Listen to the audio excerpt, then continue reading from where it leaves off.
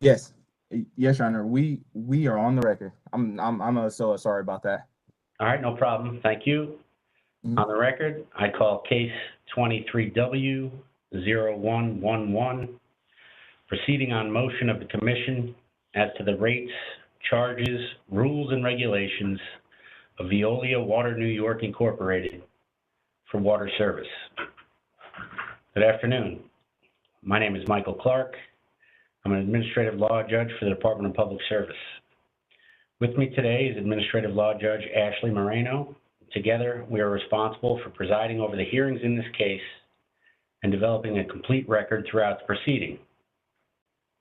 We're also joined by Joseph White and Maureen Jukes from the Department's Office of Consumer Services, who will be providing technical assistance today. This is a public statement hearing for which a notice was issued on April 14th, 2023. The hearing concerns proposed changes in the water delivery rates and practices of Veolia Water New York Incorporated. More specifically, Veolia seeks to increase its delivery revenues by approximately $18.4 million in the New York District and by $14.1 million in the Westchester District. Pursuant to Veolia's proposal, the New York District would be comprised of customers in the former Suez Water New York system, the former Suez Owego Nickel system, and the Heritage Hills system. The Westchester District would be comprised of customers in Rate District 1 and Rate District 2 of the former Suez Water Westchester system. Under New York State law, the Public Service Commission must consider a utility's proposal and may adopt or reject it in whole or in part, or modify it. We're holding this hearing today so you can provide your comments on Veolia's proposal for the Commission's consideration. The Commission consists of 7 members: the chairperson, Rory Christian, and Commissioners Diane Berman, James Alisi, Tracy Edwards, John Howard, David Valesky, and John Majori. As I stated earlier, the purpose of today's hearing is to provide you with an opportunity to tell the Commission your thoughts on the proposal. It is not an evidentiary hearing or a question and answer session, but a forum to hear comments from you. Any statements made today will become part of the case record. We have a court reporter on the line who will prepare a transcript of the hearing, which will be included in the official record of this proceeding, so that your comments can be considered by all members of the Commission. When it's ready, the transcript will be available for view on the Department of Public Service website. I'd like to stress that this is not the only opportunity for comment. If you did not register to speak at today's hearing, but you would like your views included in the record, there are a variety of other ways to comment that were listed in the public notice for today's event. You can do so by submitting comments on the department's website, by email, by regular mail, or by phone. Regardless of how comments are submitted, they will be given equal consideration. Getting back to today, we have a number of registered speakers, both this afternoon and this evening. So we're going to request that you adhere to a 4-minute time limit when providing your statement. This will ensure that everyone who would like to comment today is given the opportunity to do so. When we call your name, we will unmute your line and notify you that you've been unmuted. Please remember that if you have put your own line on mute, you'll also have to unmute your end before you begin to speak. Please state your name and speak slowly and clearly so that the court reporter can accurately record your statement. If you're speaking on behalf of an organization, please also provide the name of the organization. Okay, we're going to begin, and our first speaker this afternoon is Gail Pisha. Your Honor. I guess can you hear me? Yes, we can. Thank you. Thanks. My name is Gail Pisha, P-I-S-H-A, and I live in Nanuet in Rockland County. I was a party to case 16W0130 on behalf of Sierra Club Lower Hudson Group. And in that earlier case, I pointed out a defect with the conservation rate design and submitted comments on it in case 19W0168 as well, but the problem continues to exist in the current rate case. The proposed inclined block rates for the multifamily customer classification have the same defect as the previous two rate cases, which results in customers who live in master metered multifamily housing being charged inequitable rates which do not promote water conservation.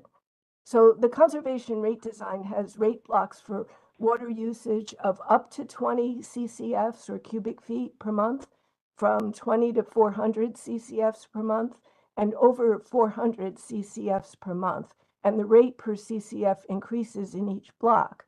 So the defect with this rate design is that Veolia does not correct for the number of units in a multifamily complex. Therefore, master metered residents of a small building with, say 4 apartments will use much less water in total than residents of a complex that includes hundreds of apartments, who will pay more per gallon because the large complex's total usage falls into a higher tier.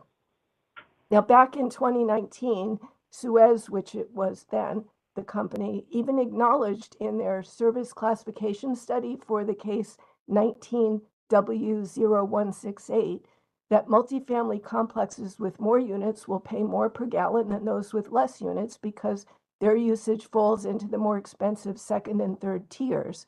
And the study further found that, and I'm quoting, as the number of units increases, the water usage per unit tends to decrease, end quote. So yet the residents of these larger complexes are being charged higher rates per gallon for using water more efficiently.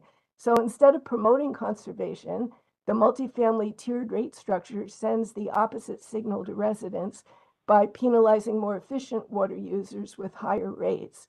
So I hope the Commission will address this inequity in the current rate case, especially since the proposed multifamily rates would increase another 28.6%, while residential rates will only increase 9%. So therefore, not only are multifamily residents being charged inequitably through the tiers, but their rates will increase more than 3 times the residential rates. Besides not promoting conservation, this rate structure impacts many low-income people who live in multifamily housing. So the remedy is for Veolia to determine the number of units in each master metered complex and set up the tiers to reflect per unit usage instead of total complex usage. Now, I personally don't live in multifamily housing, and I do agree in principle with tiered rates to encourage conservation. But I ask that the Public Service Commission require Veolia to base the multifamily tiers on a per unit water usage, not on total complex usage. And I'd like to close with a plea for the PSC to also develop a policy on water conservation that considers the most effective practices being done elsewhere. When Commissioner Zibelman was chair of the PSC, she had a vision for a REV, which was reforming the energy vision for water that acknowledges the importance and affordability of water conservation. And this is even more needed today in light of climate change impacts such as droughts that we're already seeing. I mean, that's the reason that I was involved in these rate cases, because I think we really have to conserve the precious water that we have. And that it's contaminated with PFAS and other things too. So it's really precious, and we should encourage utilities to conserve. Thank you again for the opportunity to comment in this proceeding. Thank you. Our next speaker is Jerry Geisinger.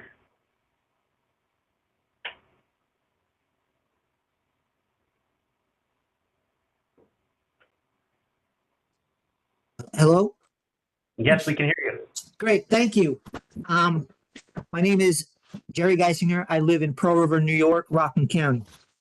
As a former employee of one of Rockland's major not-for-profit organizations, I wanted to commend Veolia for proposing to fund a low-income discount program with initial funding of $1.5 million to help financially struggling residents, as well as contributing another $4 million to offset the impact of inflation and rising costs from affecting New York customers' water rates. Not only is Veolia doing great work with our water, but also a very charitable company. Thank you very much. Thank you. Our next speaker is Michael Andrea. Michael Andrea, if you're calling in, please press *3 on your phone. We can identify you and unmute your line.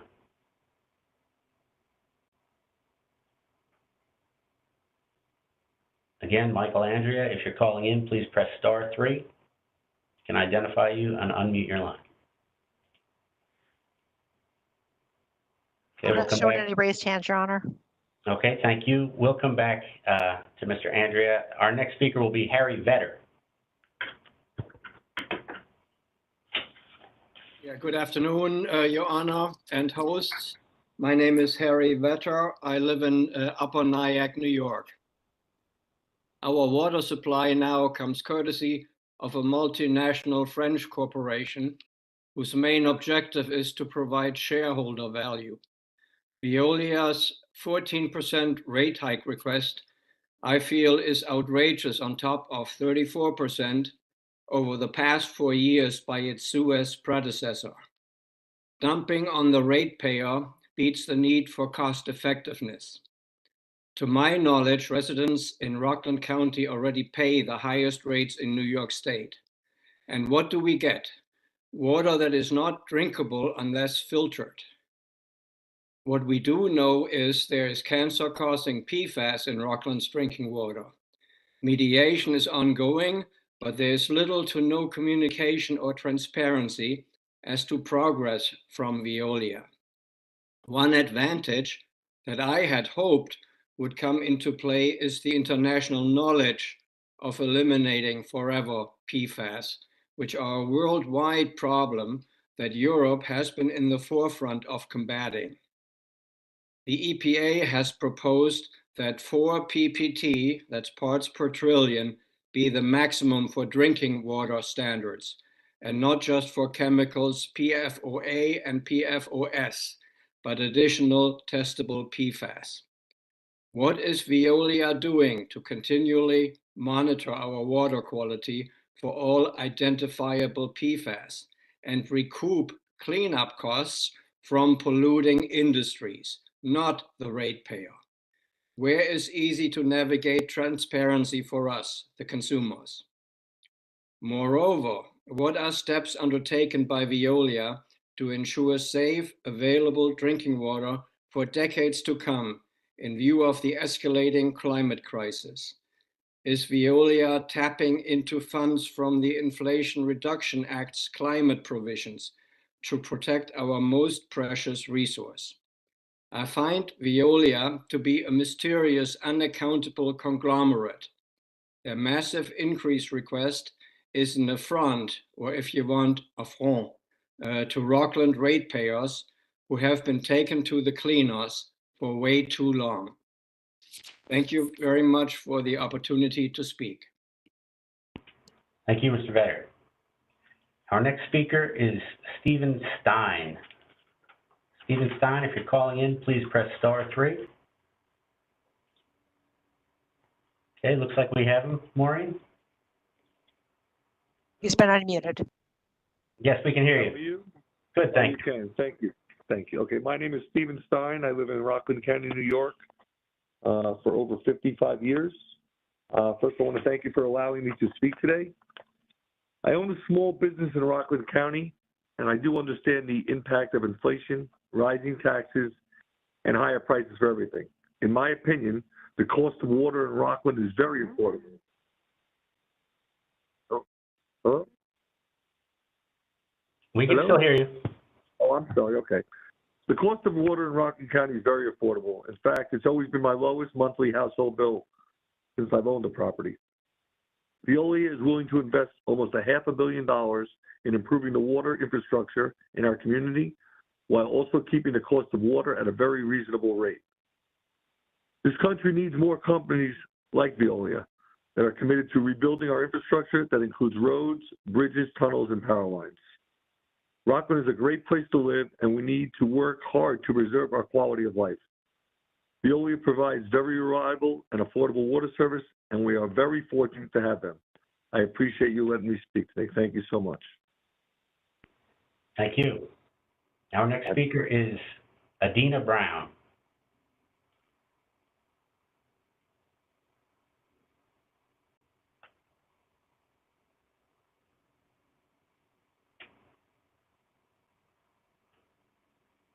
Adina Brown? I just unmuted someone. Ms. Brown may have been a call-in user. Okay. I can't unmute her. She might be muted on her end.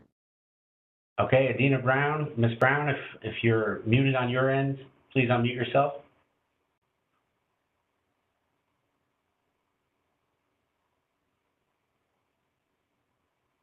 We're going to come back to Ms. Brown.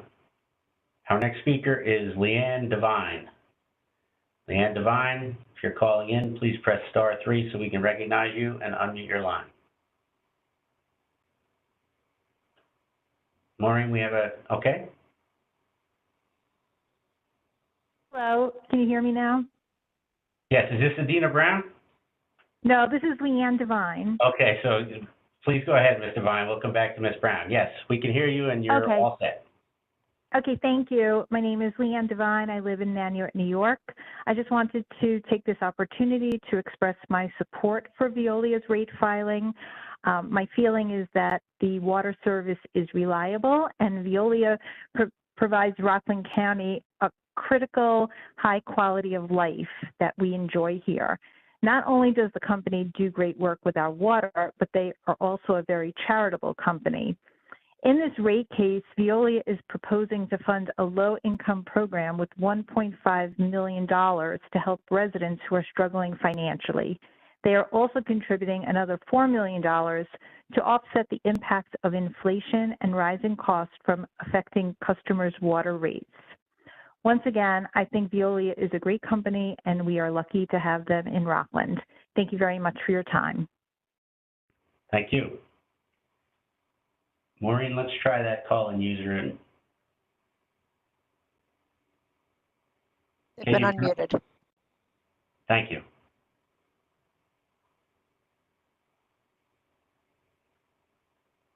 Is this Ms. Brown?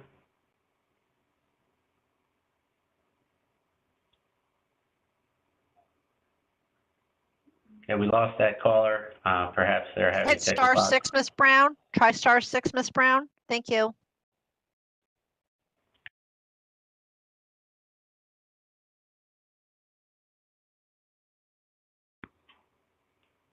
Okay, in the meantime, we're going to move on to our next registered caller or speaker, Simon Gruber. Simon Gruber, if you're calling in, please press *3 and we can unmute your line.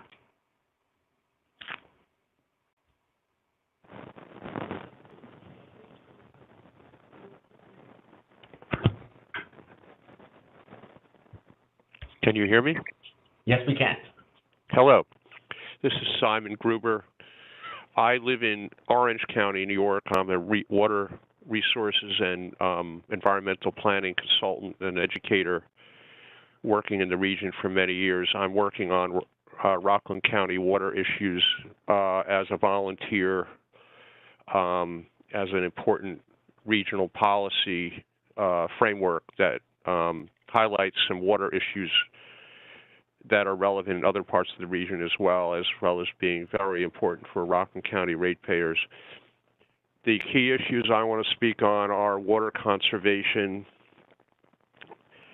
the need for better coordination on tracking current use and committed new service that's not online yet, because Rockland County's water system, the Veolia system, is fairly close to its capacity, and climate change planning, as well as the multifamily rates.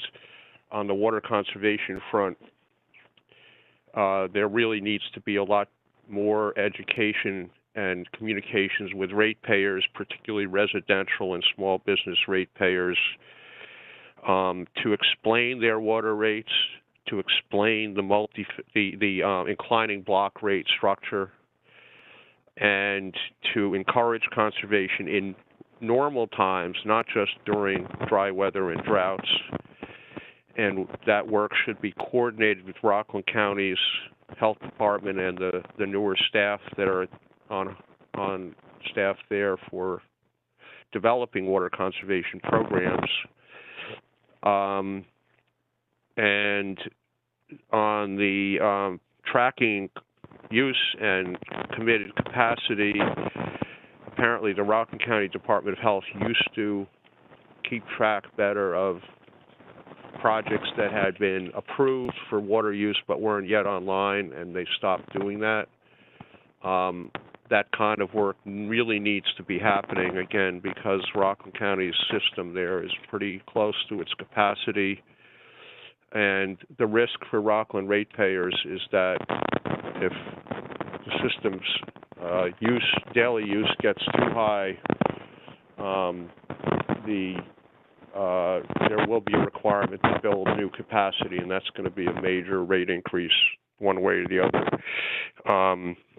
It also bears mentioning on the water conservation and efficiency front that outdoor lawn watering is one of the biggest issues with the use of water in the Veolia system in Rockland County. And larger properties, particularly single-family residential properties, should be the focus of more work to encourage efficiency and conservation, because that single kind of use in the summertime pushes demand up by a large magnitude, and that could be the thing that triggers the need for a new supply project. On the climate change planning front, based on information from recent communications and calls with DPS staff, we understand that there is no current work going on at the PSC and the DPS looking at what we know about changing weather patterns and temperatures that are changing the availability of water in water systems and watersheds. And this is going to have a more dramatic effect over time based on everything we know about climate models. And the PSC and DPS really ought to be looking at this internally as a policy issue for all water utilities. And Veolia, apparently, based on their answer to a recent question in this hearing, is also not doing anything to plan for these changes. And finally, on the rate structure, the multifamily rate structure, as others have mentioned, with the lack of accounting for the number of residential units in larger multifamily customers and projects, buildings or multi-building projects, means that people in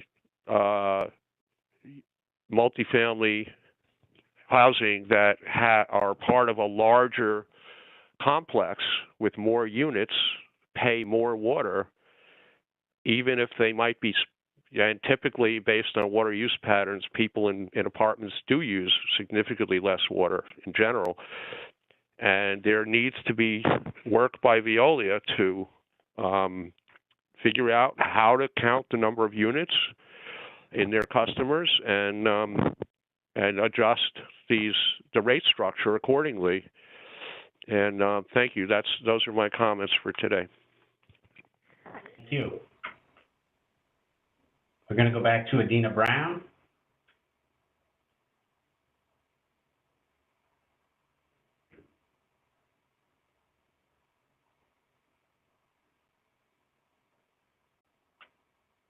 You can try *6, Ms. Brown, if you're on your phone. Or *3 if you're on *6.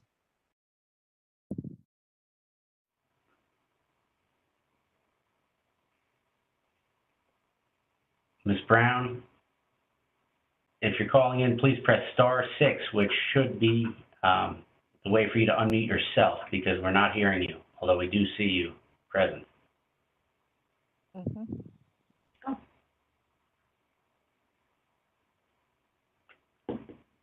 Okay, I apologize, Ms. Brown. We're going to move on. We'll go to Richard Sussman. Richard Sussman, if you're calling in, please press *3. We can identify you and unmute your line.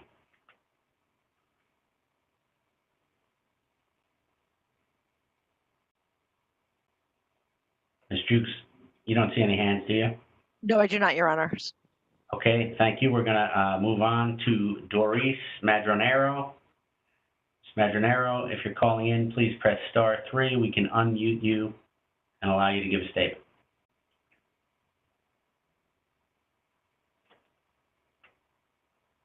She has been unmuted. Thank you. Good afternoon, Your Honor. Am I audible?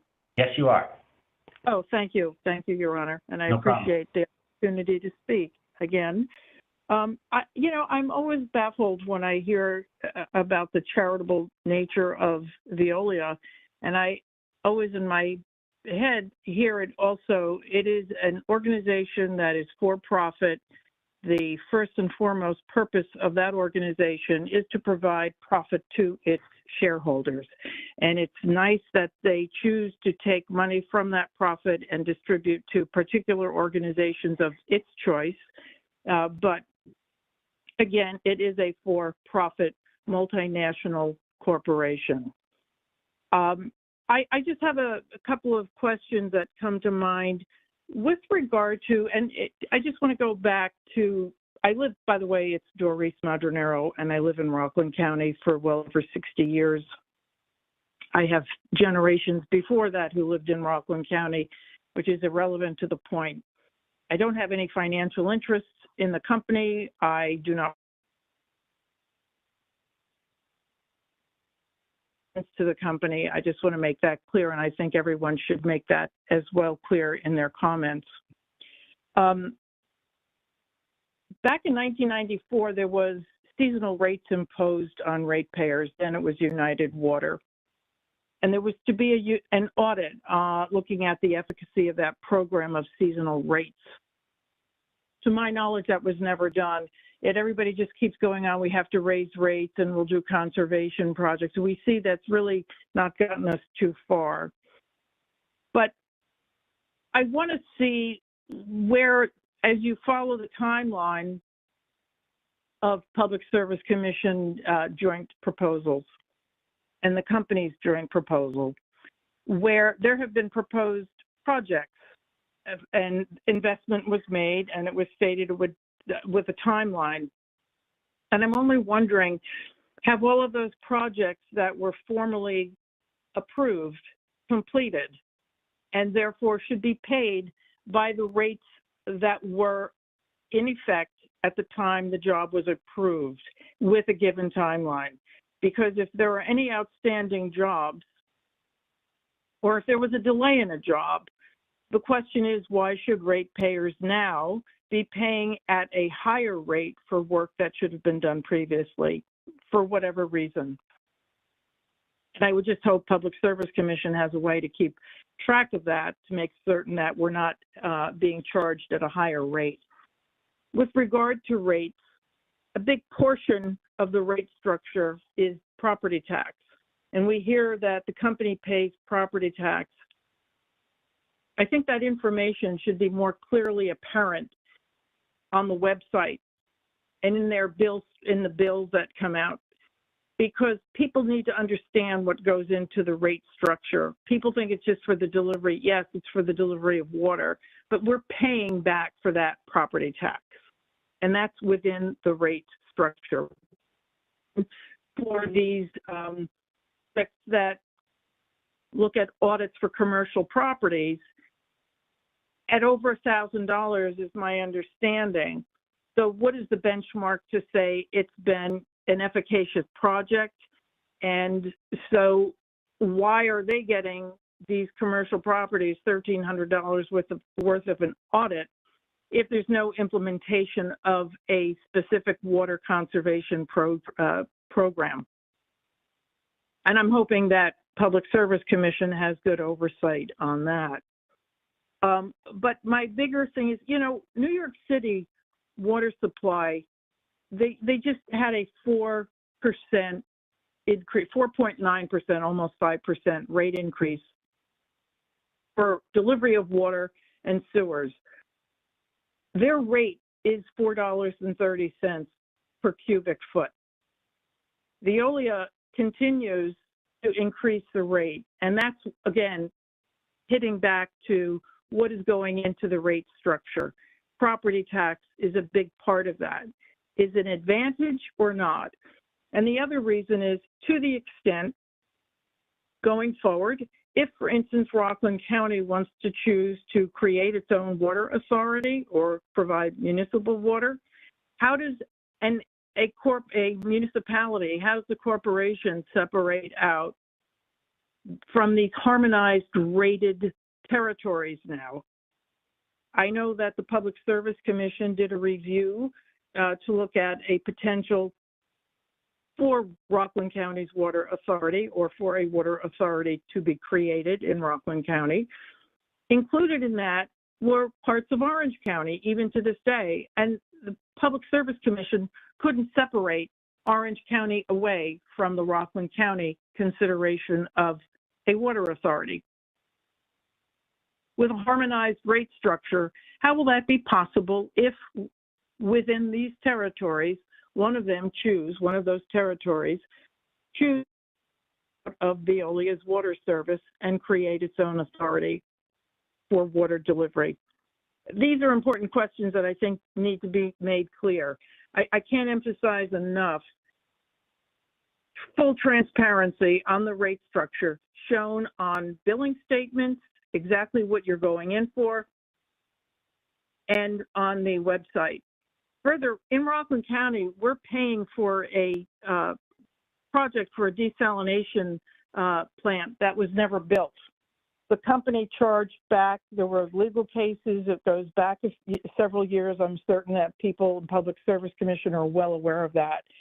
Rockland County ratepayers were charged $39 million for that, plus interest. It does not show anywhere on the bill separation of how that money is being apportioned in the rates or in your bill, nor does it show anywhere on the website. That was a 20-year payback. So we are certainly not out of the 20 years. It was in 2014 when that was imposed, that surcharge. Ratepayers should be made absolutely aware of where that money is going and how much money remains to be paid off on that, just as you would have on a credit card or a loan. I could go on, but I will end my comments here, and I thank you very much for your attention and opportunity to speak. Thank you very much. We're going to try Adina Brown.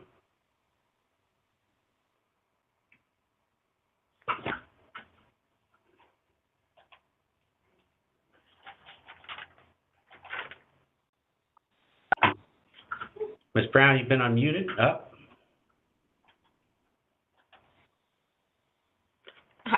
Hi, can you hear me? Yes, we can. Sorry for all those difficulties. No, I'm so sorry. That is actually my fault. I'm so sorry. I am Adina Brown. I live in Spring Valley, and I want to thank you for allowing me to speak today. I just want to say that the quality of our drinking water has become an important issue across the nation. There have been several serious problems in recent years that are absolutely unfortunate. Because of this, I am happy to have a company like Veolia overseeing our water service. Veolia has a global network of experts who help keep our system safe and reliable. I believe that they are experts in this industry, and as regulations for water quality become more stringent, Veolia has the people and the resources to meet these new standards and sustain the high level of water quality that we have in Rockland, and I'll say even Westchester. I know a lot of people are complaining about rising rates. However, I don't think that we can forget Veolia's proven ability to keep our drinking water reliable and safe. I do think that is a crucial matter. And thank you again for letting me speak. No problem. Thank you. We're going to go back to Michael Andrea. Michael Andrea, if you're calling in and would like to make a statement, please press *3. I see no raised hands, Your Honor. Neither do I. How about Mr. Sussman, Richard Sussman?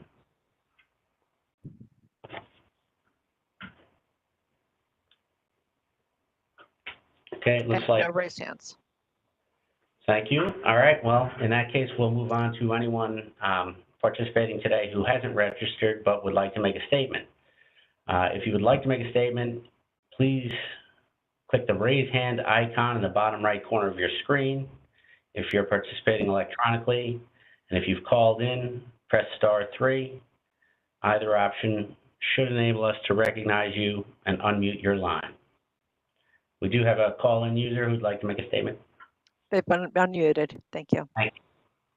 Yes, how you doing? My name is Rob Chipperino. I'm a local business owner in Rockland County and a real estate owner in Rockland County. For a company like Veolia to want to come in and donate, pretty much put $500 million, $500 million into Rockland County, I'm all for it. I think they're looking to improve a lot of the infrastructure. And with improving the infrastructure, you're also improving the roads, because when they dig up to put in a pipe, they have to obviously repave. And we all know most of the roads in this county are pretty much shot.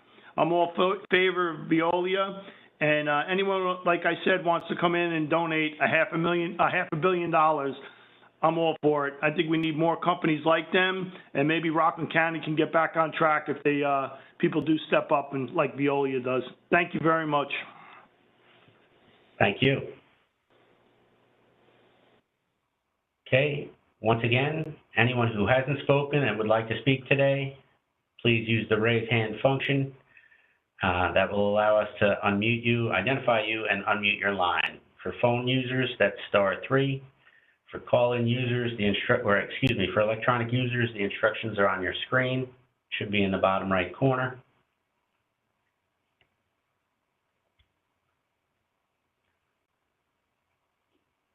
I'm not showing any raised hands, Your Honor.